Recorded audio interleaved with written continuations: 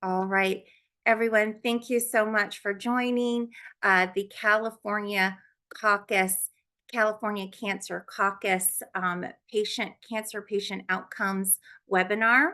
We are excited to talk about prior authorizations and diagnostic and treatment delays affecting cancer patient outcomes. The California Caucus is a collaboration of patient advocates and providers and all sorts of stakeholders. So we're very excited for you all to join us today to talk about this exciting agenda. I am going to go directly to our first panelist, which is Dr. Lee. Dr. Lee is a medical oncologist with the Permanente Medical Group in Oakland and Richmond and is a member of the ANCO Board of Directors. Dr. Lee is also the chair of the American Medical Association's Cancer Care Caucus and is chair of the Alameda Contra Costa Medical Association's delegation to the CMA. And his clinical areas include gastrointestinal cancers as well as benign hematology. Dr. Lee, thank you so much. We will have you get started. We also have Senator Skinner who will be joining us. But while we wait for Senator Skinner, let's just jump to you right away to take it away, Dr. Lee. All right. Thank you, Cher. Hi, I'm Steve Lee. I'm a medical oncologist from the Permanente Medical Group in Oakland. I've been since 2019. Cher, I think you can just switch over to a camera of just my feed. I just want to make it clear that I'm speaking about my experiences as an individual who treats patients with cancer, and I'm not speaking as a representative of either the Permanente Medical Group or Kaiser Permanente. Right. So, personally, I was born and raised in Yuba City, California, just north of Sacramento, and I was excited to take the chance to move back to my home state after 16 years of college, med school, residency, and oncology fellowship on the East Coast to start work here at the Permanente Medical Group. One of the important distinguishing factors of working at Kaiser Permanente is the absence of prior auth for drugs or for procedures. Instead, I've been able to practice with my freedom of prescribing the therapy that I want at the time that I want it, having only to answer to my training, my conscience, and to post hoc review by my peers. So prior to starting work at KP, I was an instructor of medicine on faculty at New York University, where I realized that my life revolved around prior authorization. So after I spent an entire day seeing patients at work, I'd make dinner and set that dinner on the table in front of my phone and just start dialing through the prior auths and other paperwork of the day. I noticed that hold music was an excellent accompaniment to chewing food. You know, it's pretty sad in retrospect that I thought that I was fortunate to live in the East Coast time zone so that the insurance companies were still open after work, unlike those suckers in California for whom the phone lines were already closed, the time zones. And it wasn't really better for patients. When I ordered medications, it wasn't a definite or whether patients would get the treatment.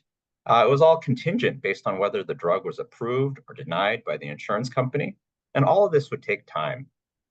Unfortunately, sometimes that extra time would result in cancer progression or a patient's deterioration, and that would take that decision off the table. And my experiences parallel those of my oncology colleagues who treat patients with cancer. In 2022, the Association for Clinical Oncology, which is the main professional organization representing cancer clinicians, conducted a survey of 300 medical oncologists about prior auths. And they found out that 96% of oncologists saw that prior auths caused a delay in treatment. 94% saw delays in diagnostic imaging, and 93% saw patients forced onto second choice therapies. And these had impacts. 80% of the doctors saw patients experience unnecessary disease progression or symptoms. And then the kicker is 36% experienced a patient who had unnecessary death as a result of prior auth.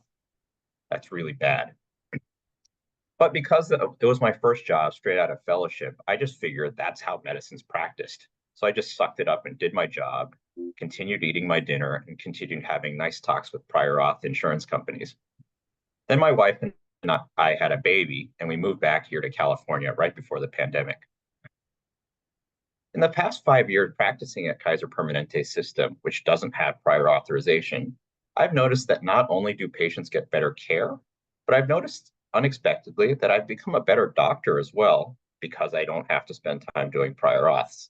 So the obvious stuff, yes, patients do get care faster by not having to wait for approvals for obvious therapy. Patients are able to get scheduled as soon as we have a consensus on what the plan is going to be. And there's no changing of treatment plans based on what the insurance company will or will not allow.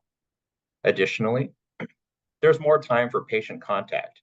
So after work, instead of me getting on the phone with insurance companies, I have the time to make the extra call to a patient or their caretaker who's having difficulty, or I have time to call to chat about strategy with a palliative care doctor or a gastroenterologist who also has more time to help me because they're not dealing with prior auths. And then thirdly, uh, less time talking to insurance company leads to less burnout. So I just spend more time doing patient care and I enjoy what I'm doing. But I told you that I'd become a better doctor, which is unexpected because I'm getting more patients onto clinical trials. Here's why. So no matter how great your institution is, either Kaiser Permanente or any of the shining universities on the Hill, nobody has all the clinical trials. And ultimately, in order to get somebody onto a clinical trial, you got to look for them. And you got to do that over and over because trial eligibility changes. And so without my nightly dinner chats, I have more time to devote to hunting for these trial eligibilities. And I give all my patients that little extra chance for an extraordinary response. So big picture, as long as physicians demonstrate responsible prescribing, and in our case here at KP, that's through post hoc peer review, or outside of KP, if physicians get the vast majority of their prior auths approved, prior authorizations in total end up causing harm or worse. And this kind of thing needs reform. So I'd like to thank the California Cancer Caucus for allowing me to talk about my experiences. And I'd also like to thank Senator Skinner and her staff, especially Jessica Uzarski, for their persistence in fixing prior auth and improving cancer care for doctors and patients. Thanks. Thank you so much, Dr. Lee. I see that we have Senator Skinner that has joined us. Welcome, Senator Skinner. I want to begin by giving a short little brief bio for Senator Skinner. Senator Skinner is a senator that represents the Berkeley area. She is a social justice advocate who always fights for our most vulnerable Californians. It is such a pleasure for you to join us today, Senator Skinner. I am Cher Gonzalez. Of course, we know each other. I represent the Association of Northern California Oncologists, as well as the Medical Oncology Association of Southern California, and we are members of the Cancer Caucus. Senator Skinner, could you just let us know what was it about prior authorization that led you to introduce your bill regarding prior authorization? Why are you committed to the fight in prior authorization reform? Thanks, Chair. And I thought Dr. Lee gave a great explanation of the problem of prior authorization and why it needs to be fixed. So I will tell you a little bit about me, but it isn't necessarily any of these things specifically that got me jumped into this. But I've definitely, number one, I think healthcare is an absolute human right. And I feel that our healthcare costs here in California and across the country are way too high. And I see insurance companies complain and say that they're too high because perhaps because that there's care offered that shouldn't be. But in fact, what I see very often is that our costs are high because insurance companies put in so many obstacles, and they then they charge for all of those. And so that middleman of the insurance companies in many cases is making the cost of care so expensive in California and across the US. And I think that's not a great thing. And additionally, I come from a very medical family. My father was a pharmacist. My mother was an RN. And growing up, we of course, my father's pharmacy was in a medical building, so most of our family friends were doctors. So we just grew up, in that whole milieu of interacting with doctors, interacting with people who provide such important healthcare. But as time went on, and I obviously am in the legislature, and I hear either from colleagues or, of course, in the case of SB 516, CMA, our California Medical Association, came to me directly, but I'd already heard anecdotally about people who were waiting for a really necessary surgery or waiting for a particular prescription because their doctor had not yet received the prior authorization from their insurance company, and their condition was getting worse. And it just seemed completely absurd to me. And so I already had sort of that anecdotal experience from people when CMA and I sat down and talked about my carrying SB 516, which is still active. The bill is still alive. It's over in the assembly. And we're still in discussion as to what or how it needs to be tweaked in order for us to be successful. In the committee hearings that we had so many people testify around circumstance where they had a medically necessary either treatment or prescription, and either the insurance company denied it, which made their doctor have to, appeal and take just ridiculously long for these appeals process, or where they were just waiting. And then, of course, we had physicians like Dr. Lee talk about how much time they individually and their staff spent trying to get these prior authorizations. And time is worth money. So again, another cost to our healthcare system. What national data shows is that insurers reject about 1 in 7 claims for treatment. And in many cases, by the time that the insurer has approved the treatment, if you're successful in that appeal, the patient's condition has worsened and more intensive and costly treatment is needed, which again, I think all of us feel is absurd. 93% of physicians across the US, according to the AMA, report that their prior authorization causes delays in care. And 82% of them say that their patients abandon even trying to seek the treatment because of the frustration of not getting approved. So as I mentioned, my bill is still active. It would create a very, I think, a very logical process where if a medical practice has already demonstrated that they follow the procedures that their health insurer requires and that they have a very high rate of receiving the authorization, that they would get it kind of pro forma without having to do all the unnecessary paperwork. So that's really what we're trying to do. And the goal is to put patients and physicians back in the driver's seat on the decisions around that necessary care. Who knows best what care is needed, but obviously the patient and their doctor. And we're also trying to add, the bill also has some modernization with using electronic systems and things like that would also save people time and money. So I just thought I would, I could tell you also who are the other co-sponsors of 516. Clearly, I mentioned our California Medical Association, but also the California Academy of Child and Adolescent Psychiatry and the California Crohn's and Colitis Foundation. So I can stop there. Thank you so much, Senator Skinner. We're, of course, so honored that you could join us today to talk about why you're so passionate in the fight for prior authorization reform. We know that you have a long history of fighting for our most vulnerable Californians. And of course, people in the middle of their fight for cancer, a fight against cancer, they are amongst our most vulnerable Californians. So the California Cancer Caucus wishes you the best of luck in all of your efforts. And most importantly, please lean on us as a resource as you move through your fight.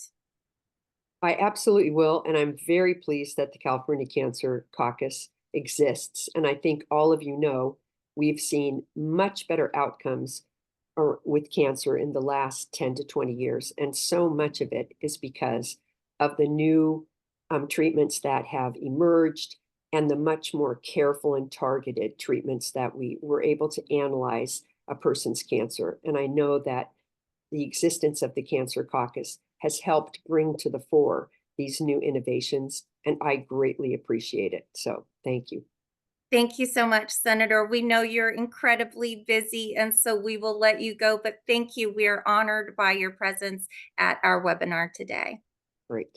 Okay. Take care all. Bye-bye. Okay, our next speaker is Dr. Krishna Komanduri. He is a distinguished professor in internal medicine. He is a UCSF professor and chief division of hematology and oncology in the Department of Medicine. He is a physician of chief at the Helen Diller Family Comprehensive Cancer Center and was clinical director at Living Therapeutics Initiative, UCSF. Dr. Krishna Komanduri, thank you so much for joining us. Thank you, Cher, and a privilege to share the stage with Drs. Lee and Senator Skinner. And I wanted to, she's left the building, so to speak. I want to thank her for her incredible advocacy. I'm going to share slides here. Hopefully, you can see them. Cher, can you just confirm that slides are good? Can you see my slides? Yes, I can see. Okay, perfect. Great, wonderful. So I think, following on the themes that I think you've already heard about from other speakers, these are my personal perspectives. And just, I actually returned to UCSF in 2022. I trained at UCSF in hematology and oncology 25 years earlier and started my faculty career there as a leukemia and stem cell transplant doctor, and then went to the MD Anderson Cancer Center, where I spent nearly a decade, and then the University of Miami Sylvester Comprehensive Cancer Center. So I spent 25 years away before returning to UCSF as the chief of the Division of Hematology and Oncology and physician in chief of the Cancer Center. Just my other roles, I've held a lot of positions advocating for healthcare. I've been president of the American Society for Transplantation and Cellular Therapy, which is responsible for advocacy in spaces of bone marrow transplants and now emerging T-cell therapies. And I've served on the boards of directors of the National Marrow Donor Program and other organizations, and worked in the healthcare finance on think tanks related to healthcare finance and how do we finance curative therapies. So, and at full disclosure, I have actually served on a panel for United Healthcare to help them define optimal pathways that are evidence-based for cancer. And I've certainly worked with developers. So I understand that there are individuals who have various different perspectives, and that we are all ultimately interested in high quality care. So I don't want to villainize any one subset of individuals. But these are my personal perspectives, and I think that we have a comprehensive and complex healthcare framework that's very fragmented from a payer perspective, and costs certainly threaten sustainability. It is critical that we all act to move together toward value-based care, which places patient outcomes and satisfaction first, but that also supports this critical innovation while controlling excessive costs. And we need evidence-based care that considers both optimal patient outcomes, for example, in cancer, critical endpoints like progression-free and overall survival, but also creates incentives for cost containment when multiple options exist. So we need to certainly place incentives for individuals when two evidence-based approaches exist to control costs. And I think a key goal of prior authorization is to encourage evidence-based care and cost control. So I understand that as admirable goals. Sorry, I'm going to try to move here. However, current authorizations to prior authorization really result in a number of adverse issues. So one, they may delay necessary treatments that may jeopardize patient outcomes for cancer patients. They often depend on approval algorithms that lag with respect to appropriate and evidence-based care practiced by knowledgeable physicians who are experts in their respective fields. They include, quote, peer reviewers who may be ill-equipped to review decisions that can affect critical cancer care decisions. And I'll give you some examples of this. They may paradoxically increase costs by requiring additional steps. For example, requiring inappropriate lines of therapy prior to approval. I've seen individuals have to prescribe a drug that they believe will not work just so that the patient can fail it, so that they can then qualify for the right stage of therapy for the drug that they intended to give to begin with, or through treatment delays that actually adversely affect the course of care and therefore lead to greater costs. And significantly, they contribute to anxiety in already vulnerable patients and to burnout of physicians and multidisciplinary team members responsible for cancer care. This is, again, where many physicians feel like we are today, and patients feel, hello, I'm Dr. Jones, assisting me today will be the hospital CFO, Mr. Peters. And this is certainly not how we view what our healthcare system should be like. So are there objective harms to patients? We rely on evidence in cancer and other academic specialties to really to review these things. So even though we may have gut feelings about the adverse effects of prior harms, and certainly losing dinner time effort with our families, as Dr. Lee so compellingly noted, is a problem, right? But do they actually harm patients? What literature do we have to support this? I'm just going to show you a couple of studies that highlight some of the facts that I think Senator Skinner also noted. So this is an article by Fumiko Chino that was published in JAMA Network Open in 2023. And basically, she conducted a cross-sectional survey of the patient experience with prior authorization, and she highlighted an adverse outcome of prior authorization. 22% of patients in her study of 178 patients did not receive the care recommended by their treatment team because of prior authorizations. Most respondents experienced a delay in recommended oncology care, and she noted that delays were associated with increased anxiety and negative perception of the prior authorization process and patient administrative burden. And again, this is just a high-level summary, and the article is here if you want to look at it. Key points: what is the experience with prior authorization for cancer-related care? So she conducted a cross-sectional study of 178 patients, and this demonstrated delays to care, with most delays greater than or equal to 2 weeks, increased anxiety, and patient administrative burden. The PA process was rated bad or horrible by most respondents and was associated with decreased trust in the healthcare system. These are all things that we would have told you emotionally, but again, this is objective in a study that surveyed patients. And again, the conclusion was the study suggests that prior auth for cancer care can have discrete negative associations with outcomes for patients, and that streamlining the process is key to optimizing the quality of care delivered and improving the patient experience.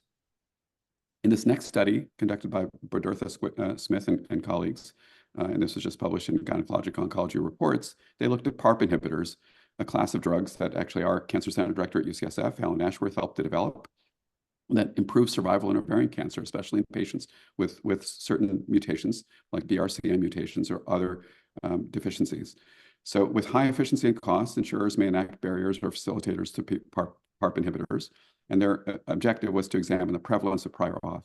So they performed a retrospective cross-sectional study of patients prescribed a PARP inhibitor within the University of Pennsylvania practices over a 3-year period, and they assessed the prevalence of prior auth. And their conclusions were, of 180 patients, that 116 experienced prior authorization. So some did not have required. Remember that Medicare does not require prior authorization, straight Medicare, not managed Medicare. And that of patients in the frontline setting, 67% required prior authorization. Patients prescribed PARP in recurrence, 65% experienced prior authorization.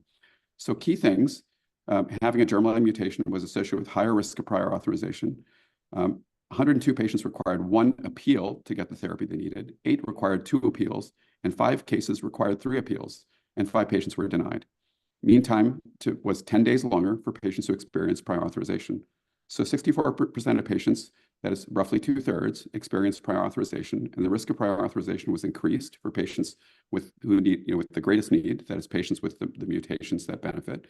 And prior authorization contributes to delays in care, and they also concluded that reform is needed.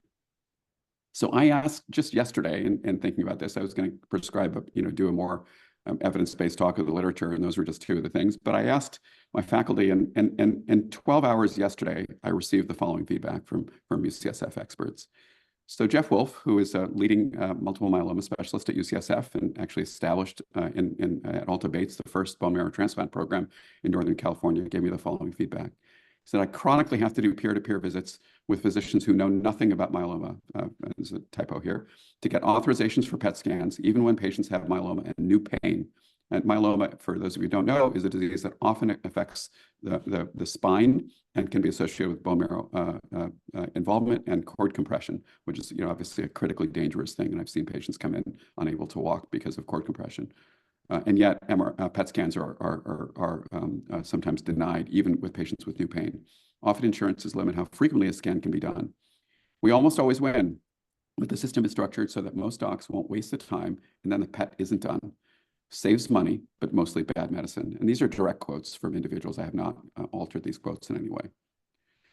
Terry Friedlander, who's a leading bladder cancer specialist nationally and chief of hematology and oncology at Zuckerberg San Francisco General Hospital, so Safety Net Hospital. I met a patient last year with widely metastatic bladder cancer, given bony mets, prior radiation therapy, and disease progression, and got authorization to give him last-line treatment with a drug, but could not get the insurance company to authorize PEG-GCSF, which is a medication that boosts white cells, despite an extensive treatment history and episodes of cytopenias, that is low blood counts, as well as a 12% febrile neutropenia rate, that is 12% of patients treated with that drug in the trial had hospitalizations for low blood cell counts. They told me the drug was not included in the NCCN guidelines and it was out of their hands. We treated him and he eventually had a partial response, but was admitted around day 6 with febrile neutropenia, which was 100% predictable, which is why they tried to give the PEG-GCSF. It was just incredibly frustrating and ended up being a lose-lose for us, my time and my APP doing appeals for the payer, and most importantly for the patient. The insurance only allowed us to use PEG-GCSF in subsequent cycles. And again, Terry is an absolute leader in bladder cancer nationally. So Neil Shaw, and I'm just putting this up because just to give you a sense, Neil Shaw is a hematologist and leukemia specialist who won the Janet Rowley Prize. The Janet Rowley Prize is given by the International CML Foundation. And he was awarded this prize because of his remarkable career trajectory in pioneering translational research. And his work has contributed significantly to our understanding of the molecular mechanism of resistance to TKI or kinase inhibition therapy, and led to vital breakthroughs. So just as an example, Neil is one of the leading CML doctors in the world, and his work has defined how these drugs work and how they develop resistance. So you would think somebody like Neil should be allowed to practice with some latitude treating patients with CML. But here's Neil's anecdote. I have a 32-year-old patient, very, very young for CML, with pre-existing primary sclerosing cholangitis, a disease of the liver, who was also diagnosed with chronic myeloid leukemia in 2010 and started on dasatinib, which is one of those TKIs that he helped to define, how these drugs work and when they fail, to which he responded very well. He felt that his sclerosing cholangitis was also positively impacted. He changed insurance in 2017, and his new insurance company declined dasatinib because he had not previously taken imatinib. Although, as he notes, dasatinib was FDA approved as a frontline treatment in 2010, so there shouldn't have been a need to try another drug first. This was obviously very distressing for the patient. Remember, he had been on the drug for years. In the end, I told him I had to prescribe imatinib. He had to fill a prescription, and if he had tolerability and issues at any time, to let me know so we could document it and then get the approval. Okay, so he had to go through this silly process, even though he is a leading expert in why imatinib fails for this disease. More recently, some insurance carriers declined prescriptions for asciminib in the third line, even though it's approved for CML patients who have taken 2 prior TKIs. Rather, they insist that patients must take 3 prior TKIs, which makes no sense. And recently at the American Society of Clinical Oncology meetings, it was actually proven in a New England Journal of Medicine study that it should probably be approved in the frontline. It's now being evaluated by the FDA for frontline approval. Hopefully, if that occurs, insurance companies will not object to its use in any line, but it's hard to know what they'll do. So here's somebody who's a leading expert in the field and constantly gets his work checked by individuals who know much less than he does. And finally, Brian Schulte, who's a UCSF sarcoma specialist, noted the following. As you know, for patients on stable maintenance therapy for advanced disease, this is with sarcoma, there are guidelines recommending standard frequency of CT imaging. These are performed every 3 months for patients with metastatic GIST, which is a stromal cell tumor. These have been routinely performed for the last year without incident until this April, when unexpectedly her CT scan was denied, despite its being standard of care, well documented in guidelines, and necessary to ensure safe and appropriate administration of toxic therapy. Authorization was sent, but was denied by a provider, not board in oncology, but instead family medicine. It appears they had misread the guidelines, which was evident in what they cited. Because this was Medicare Advantage, our most urgent requests required 30 days to process. During this time, of course, we were left in the lurch. Was the therapy still working? This led to much distress on behalf of the treatment team and our patient. We're all powerless against the slow bureaucratic gears that had already been flagrantly mistaken. And this is just, again, the last part of Brian's remarks to me, which I thought were very compelling. There was needless delay. This is an unquantified harm, and it strikes at us every day in oncology. The weight of the decisions we make are made that much heavier by the slow and faulty systems that bind them. It causes real trauma to us and our patients and underlies a lot of the negative sentiment around healthcare in general. So final thoughts. So prior auth, while well-intentioned and designed to help create an equitable and sustainable healthcare system, is deeply flawed. Objective studies of prior authorization demonstrate delays in patient access to life-saving therapies of critical and immediate need and adverse emotional and physical impacts to patient.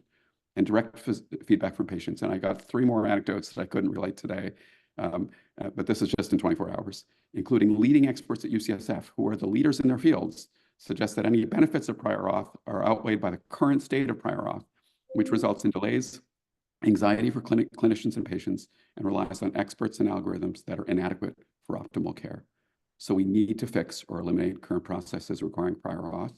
So I congratulate the California Cancer Caucus for taking on this difficult and important problem, and Senator Skinner, Dr. Lee, and other advocates for working. So I want to thank the caucus and Margaret Hitchcock in particular for their invitation to present, and a number of physicians who provided experiences the last 24 hours. And thank you all for your advocacy on this important issue.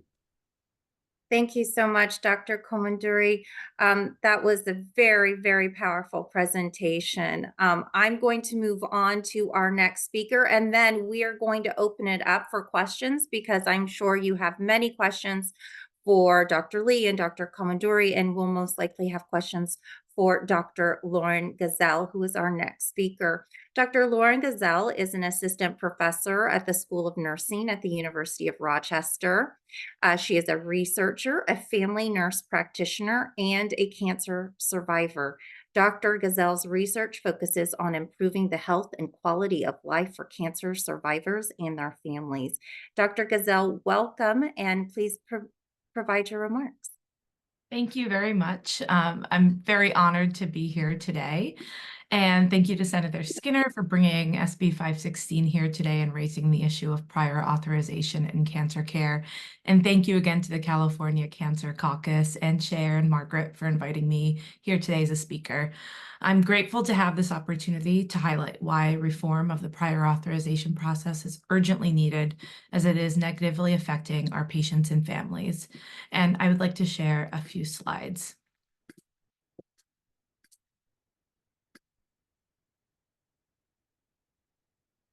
And can I just get a thumbs up share that you can see the slide and not my note screen? I absolutely see your Okay. slide. Thank you.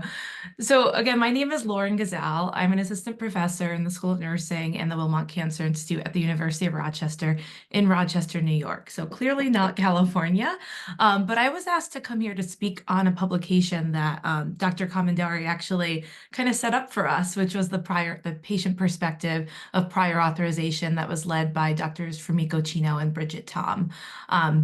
And like Cher mentioned, I'm also a board-certified family nurse practitioner. And my remarks today express both my experiences as a healthcare professional and in my research expertise, and do not reflect the positions of my employer. And although I'm here as a research subject expert regarding the impact of prior authorization on patients, I'm also someone who has urgently prayed for prior authorization reform as a patient with cancer myself. I was 26 years old when I was unexpectedly diagnosed with stage 2 Hodgkin lymphoma. I was a PhD student at the time, working also as a family nurse practitioner. And I actually came from an undergraduate degree in economics. So I was by all means health and insurance literate. And I had multiple distressing experiences, hoping and wishing that navigating the prior authorization process would be easier. Senator Skinner mentioned the obstacles that prevent access and adherence to cancer treatment, and I faced this firsthand as a patient. And inspired by this journey, I've dedicated my career to date as a nurse scientist to improving the health and quality of life of patients diagnosed with cancer by reducing the financial hardship and economic burden of cancer care for patients and their families. And so for the past few years, I've collaborated with colleagues at the Memorial Sloan Kettering Cancer Center in New York, where I actually received treatment, and also at NYU Langone Health and UNC Chapel Hill, and also several patient advocate groups, including EGFR resistors. And some of the data that I'm reporting on in this presentation is supported by an NIH P30 grant. So we know that prior authorization requires providers to obtain payer pre-approval for treatment to be covered financially. And because prior authorization can result in delayed or denied care, it can be problematic for patients with cancer and their families who are seeking urgent symptom management and supportive care. Prior work that many others have said today has estimated prior authorization concerns and productivity loss from the provider perspective, but patient views of prior authorization are left largely unexplored. And so we, in October 2023, we published this paper in JAMA Network Open, The Patient Experience of Prior Authorization for Cancer Care. And to our knowledge, was the first study that actually asked patients directly, patients diagnosed with cancer, about their experience with prior authorization. And again, I know Dr. Comandori highlighted this, and so we're just sharing the QR code if you wanted to access this as well. So we explored the patient perspective of prior authorization for cancer-related care, including the perceptions about the process, outcomes, including delays and denials, and patient administrative burden. The method of this study was a cross-sectional online survey that was disseminated from July to October 2022. And we recruited through social media and email lists of US-based cancer advocacy organizations to recruit what we called a convenient sample of patients with past experience navigating prior authorizations in their cancer care. A total of 178 patients who completed the survey endorsed a prior authorization. Most patients and participants in the study were women, non-Hispanic, white, college educated, and were young, diagnosed in this adolescent and young adult age range of 18 to 39 years with private insurance. Cancer characteristics included type of diagnosis, which most common among these patients were breast, hematologic, and lung cancer, with patients reporting stage 2 or 3 at diagnosis and being within 3 years of their diagnosis. They endorsed that prior authorization was most frequently required for imaging, IV chemotherapy, surgery, and radiotherapy. And patients reported that for the same type of cancer, 38% experienced 2 to 4 prior authorizations, and actually 30% reported greater than or equal to 5 prior authorizations for the same type of cancer. And when thinking about who it was that notified patients of the prior authorization, 56% reported it was their oncology care team. 24% reported that it was the insurance company who actually informed them, and 11% discovered the prior authorization actually after their care was canceled without notice. And we were curious about whether patients were anticipating the prior authorization, and we're surprised to find that 50% endorsed being caught by surprise, and 50% were in fact informed ahead of time by their care team.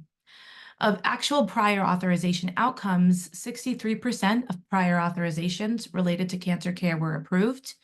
22% did not receive the recommended care due to delays in the prior authorization process, and 10% received the care requested in the prior authorization, but actually ended up paying out of pocket for that care. And of those who did not receive the recommended care due to delays, that 22%, 67% were completely denied by insurance, and 33% had a change in treatment plan because of a prior authorization related delay. And this figure shows delays by treatment type. Nearly 70% of patients reported a delay in care due to prior authorization, and of those with delayed care, 73% reported a delay of 2 or more weeks. About 1/3 reported a delay of 1 month or longer.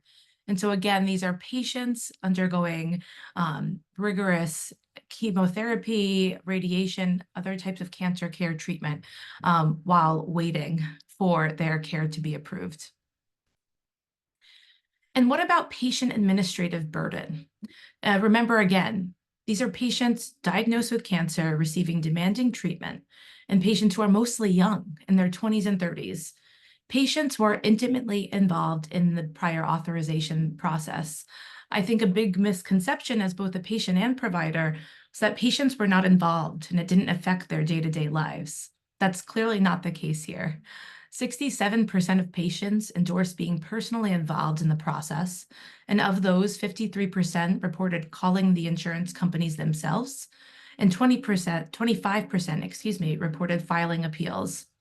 33% reported that their healthcare team handled the prior authorization completely. And we found that the majority of patients, about 65%, reported spending less than 5 hours on the prior authorization, and 20% reported spending more than 11 hours. And so how did they rate the overall prior authorization process? 72% reported it as bad or horrible. And again, what was the impact on prior authorization on patients' perceptions of trust? 18% reported that the prior authorization resulted in less trust for their oncology care team, and nearly 90% reported the process resulted in less trust with the insurance company. And 83% reported that the prior authorization process resulted in less trust for the healthcare system. And again, patients, most in their 20s and 30s, that are living longer than ever before, and are living then with these experiences and these perceptions of trust with their providers, with the insurance companies, and with our larger healthcare system.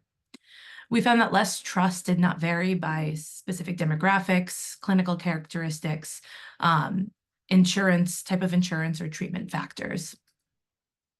And so in this survey, there was a free text question that we asked. Please tell us anything else you would like to share about the process of prior authorization. And so 89 respondents, or 50% of the patients in the survey, provided a response. Most of these patients were, again, women, non-Hispanic, white, and were in the working age range. And we conducted a qualitative thematic analysis where, after reviewing all of the free text responses here, we grouped into these 3 major themes to capture the essence of the prior authorization experience for patients diagnosed with cancer. And the first, which we called blinded navigation, was described as a lack of transparency about the prior authorization process and confusing nature of prior authorization-related communication. The second, added burden, highlighted the additional financial, administrative, and psychosocial stress patients with cancer endured because of prior authorization. And the third, the impact of interference caused by prior authorization, described the outcomes associated with the prior authorization and both delays to care and resulting emotional distress. And one note with this qualitative analysis was led by Dr. Bridget Tom of UNC at Chapel Hill, and we presented this at APOS, the American Psychological Oncology Society, this past year. Actually won the best poster for this analysis. And we know that implications of this are why we're all here today. Again, I want to thank you all for inviting me to present on the patient perspective in our publication in this way. Understanding the patient perspective is a vital component of efforts such as SB 516 to refine the PA process.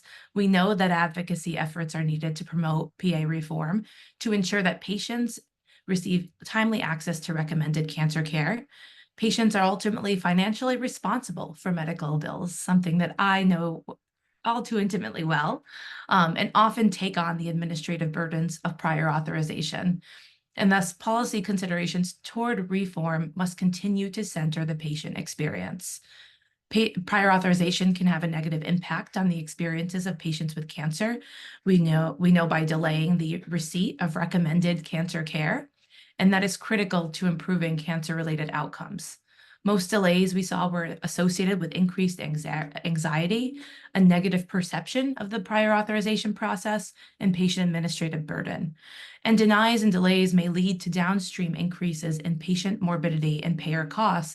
And what is something our team, our collaborative team and intraprofessional team, is continuing to study Dr. Chino just presented this last weekend at ASCO, the largest oncology conference in the world, on our team's recent work on prior authorization with pain medications for patients with cancer and how delayed approvals resulted in symptom-related emergency room visits and hospitalizations.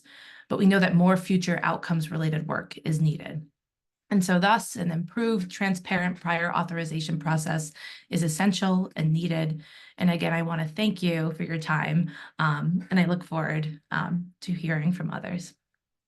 Thank you so much, Dr. Gazelle, for that illuminating presentation. Some of those figures are truly shocking. We're now going to open it up to questions from the audience. So I'll go to our webinar host to see if there are any questions in the chat.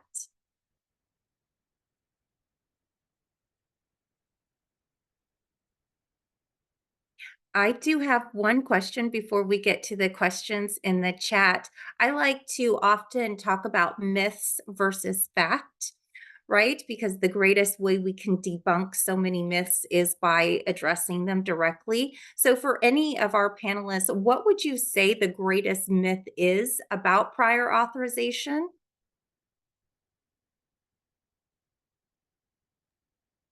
I can start. I think I mentioned it in the presentation too, is that it doesn't affect patients and that patients are left out of it. And that is completely not the case. Like I mentioned, they're intimately invested.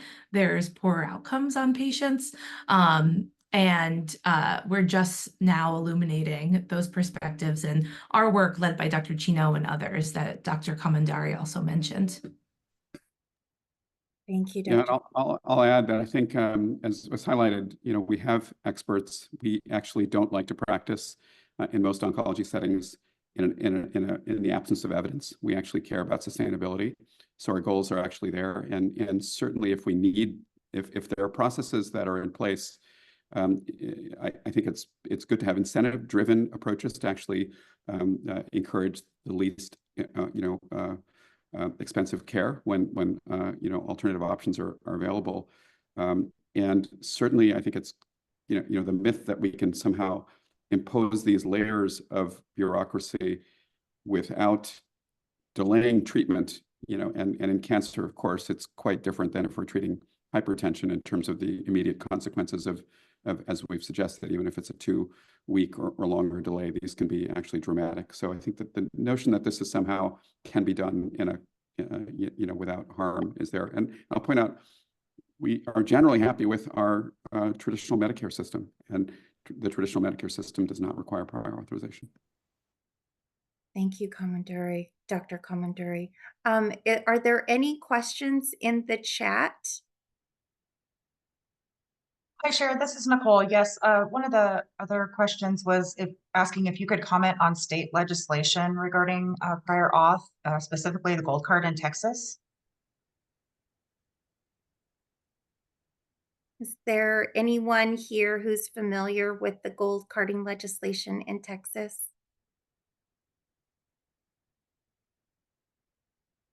Dr. Gazelle, I didn't know. Okay. So I don't think we have any experts here who are familiar with that legislation in Texas. I do know that we have someone from the California Medical Association as part of our audience, and I think they are quite familiar with the Texas legislation because the various medical societies across the nation talk to one another. So I don't know if they want to provide any information about the Texas legislation in the chat. Are there any other questions, Nicole? Cher, I think John has their hand up. Wonderful. Yes, hi. Can you hear me all right? Yes, we can. So I'm John Greif. I'm a retired surgical oncologist. I practiced 21 years with Kaiser in Southern California. Dr. Lee's experience was very similar to mine, not requiring prior authorization. After mandatory retirement from Kaiser, I was offered a position in Northern California, which was very attractive and included an NCI-funded principal investigator position with a community oncology research program. But I also had to practice in a large multi-specialty private medical oncology practice, in which my experience was not at all like Kaiser. And I spent long hours in the prior authorization process and can confirm that it definitely delays care. Two things I wanted to mention. One, in both practices at Kaiser and in private practice, we had tumor boards at which very highly qualified specialists in all oncology fields sat at the table and made recommendations based on NCCN guidelines regarding diagnostic procedures and treatment. And it was after that that we had to obtain prior authorization to accomplish those recommendations. I the other is a question. I haven't had the opportunity to look at Senator Skinner's bill. I'd like to know if it has any teeth. If it is passed, will things change? And if you could comment on that as well. Thank you very much. Do any of our panelists want to speak to the question by Dr. Grief? Perhaps, Doctor, could you just repeat the question one more time? Yes, simply put, can you tell me a little bit more about the Skinner bill? Does it have any teeth that would require insurance companies to reform their prior authorization processes? And specifically, if the requesting physician is highly qualified and has taken his recommendations from a tumor board or similar situation, can we look forward to change? I do know that we do have someone from the California Medical Association that's on in amongst the audience. Would there be an ability for someone to open up Brandon Marche's mic so he can answer Dr. Grief's question regarding the Skinner legislation? I do, while we wait on that, Dr. Grief, I do know that the legislation right now is in flux as a result of negotiations, I believe, with the administration to be something that the administration will sign.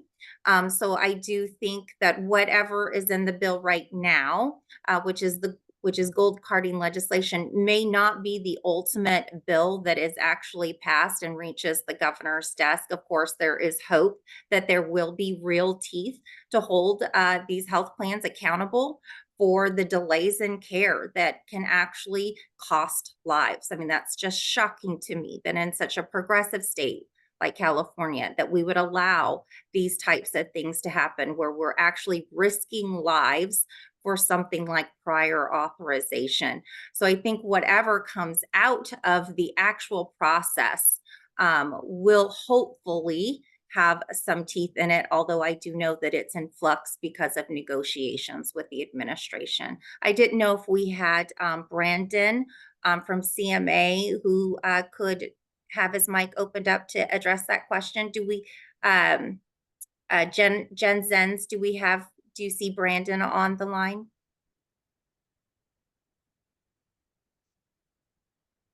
Okay, so perhaps not. So again, Dr. Grief, we are all very hopeful that what comes out of the ultimate negotiations will in fact have some teeth in it. We can go to our next question, either Nicole or Jen, if you have the next question. Sure. So the next question, it says Nevada maintains a law that forbids prior auth on patients with metastatic cancer. Have California politicians or advocacy organizations considered something similar? That is actually a very good question. We have often talked about prior authorization reform as a result of the Senator Skinner bill on a global perspective, like not doing piecemeal here and piecemeal there, but instead doing a global prior authorization reform. I do know there have been other types of prior authorization reform attempts in California that are disease specific.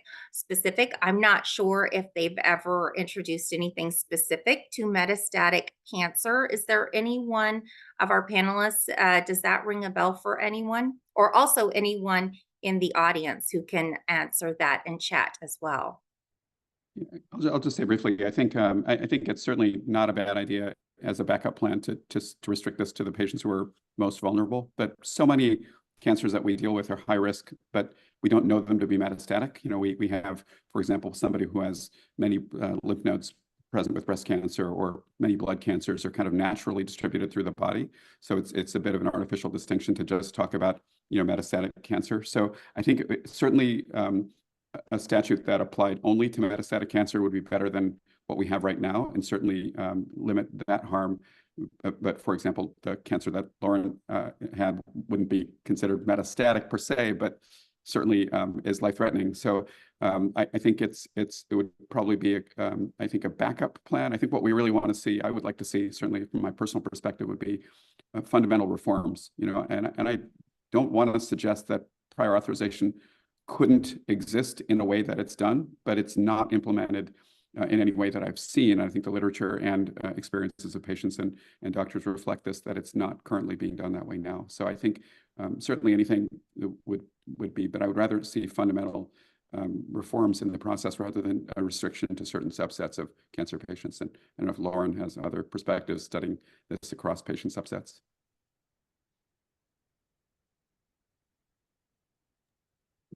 No, I agree to what you're saying, Dr. Comandori. Thank you so much, Dr. Comandori. Are there any more questions, Nicole or Jen? Quickly, the last question says, to what extent does prescribing a second choice therapy affect the prescriber's bottom line or status in a payer network? That's a great question. Does Dr. Gazelle or Dr. Comandori, do you have any idea of how those types of compensations work, where perhaps they might have a negative review because they're prescribing second line or something? Do you have any information on that? Yeah, I don't think it really affects network inclusion much. I don't think that, I think it's really at the level of individual decision-making that things get in the way. So I don't know that there are, that insurers will come down. They just refuse the individual therapy, and we have to jump through additional hoops that are not necessary. But I don't think that they're being, I don't think, at least as I understand it, the problem is that they're being punitive in other ways. For example, network inclusion or other, contract influencing processes. It's just, I think, something that's well intended to cut costs and limit things. I mean, perhaps, the cynics would say this is being done to actually, stop certain individuals actually from even requesting or, going through the process. So that maybe, the cynics would say, well, if by placing barriers, they're actually, in a sense, restricting the use of high cost care. But I would say, as somebody who wants to believe in the trust of the system, including what payers want, that they're trying to do the right thing, but they've done it in a deeply flawed way. Thank you. Are there any other questions, Nicole or Jen? I don't see any at this time. Great. Dr. Lee, I see that you were able to join again. I did have a question before we left, specific for Dr. Lee. Dr. Lee, what do you think is since you don't have to operate within a system of prior authorizations, what do you think the greatest myth is about prior authorizations, or the lack of prior authorizations in your case? What would you say would be the greatest myth that you could debunk with fact in your lived experience? I think the lived experience is that prior auth gets patients the care that they are supposed to get. And in reality, the majority of physician choices are correct. And what prior auth constitutes is just more barriers to jump over with the hope of avoiding care through bureaucracy. And I think that's the myth, that prior auth helps patients. Thank you, Dr. Lee. Thank you. And I think there's no better way to close out today's webinar. I want to give a special thanks to Dr. Lee, Dr. Komanduri, and Dr. Gazelle for taking time away from your busy schedule. And of course, for Senator Skinner for honoring us with her presence. And of course, a great thank you to all the people who were able to get these amazing speakers to us, such as Margaret Hitchcock and Nicole and Courtney, Nicole with MOASK and Courtney with ANCO. Thank you so much to everyone out there who joined us today. We are excited to have brought you this webinar. Please feel free to reach out to us with any further questions. Thank you so much.